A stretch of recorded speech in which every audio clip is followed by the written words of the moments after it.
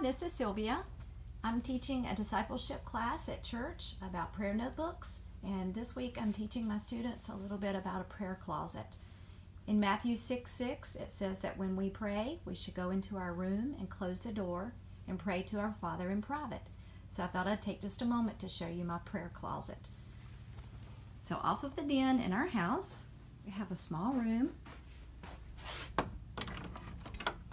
And this is my prayer closet. Nothing fancy, maybe a little bit messy, but it works for me.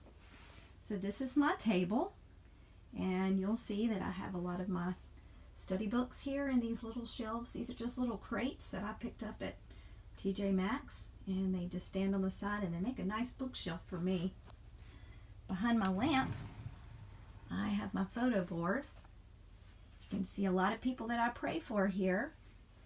Pray for my family, my children who are students, extended family, my compassion child, teammates my kids have played on ball teams with, more extended family.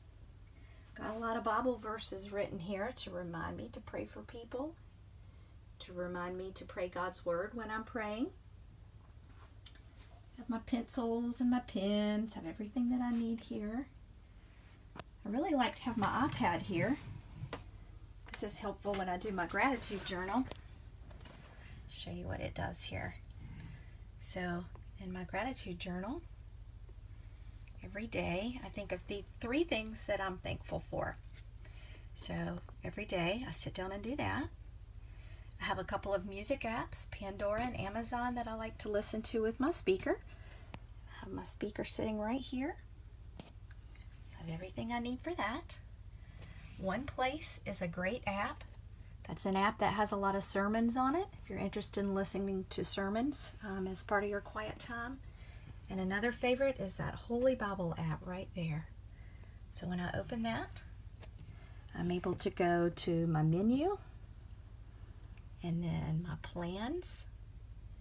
This is the plan that I'm doing. So when I open that, every day it tells me what I need to be reading. So this is what I'll read tomorrow.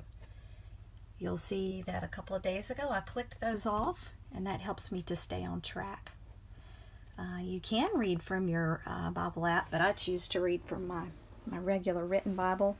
I like to write notes in my margins. You can see I've highlighted a lot of things written down. Even usually take notes on my notepad here, and then after I get those like I want them, usually transcribe those into my Bible if I feel like it's worthy of that.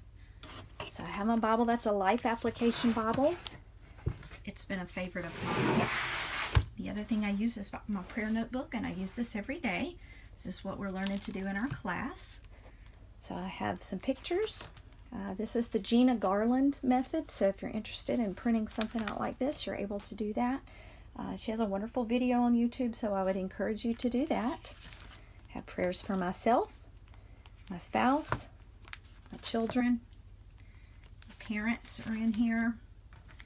And then on Monday, I pray for my family members. Tuesday, my friends. Wednesday, my coworkers. Thursday, my church. Friday, I pray for my government. I have a calendar here that reminds me some things to pray for. Missions. And then if I need to on Sunday, I'll just go back and pray for whatever I need to in there. So sitting at my desk, I can swirl around real easily here, and I have my great books here. So these are some of my favorite commentaries. I have Warren Wiersbe's commentary. He's a favorite. Matthew Henry is here. You can see I have several good ones that are easily accessible to me. My other favorite is right below that. That's Vernon McGee's. That's Through the Bible. That's a great one. Of course, I have my dictionaries there to the right, and lots of other books there to the left that are great reference and resource books. So I do come in my room and I close the door because my husband is usually sitting right over there watching TV, and then I don't have to be bothered by the sound of TV. So I hope you enjoy my prayer closet. There it is.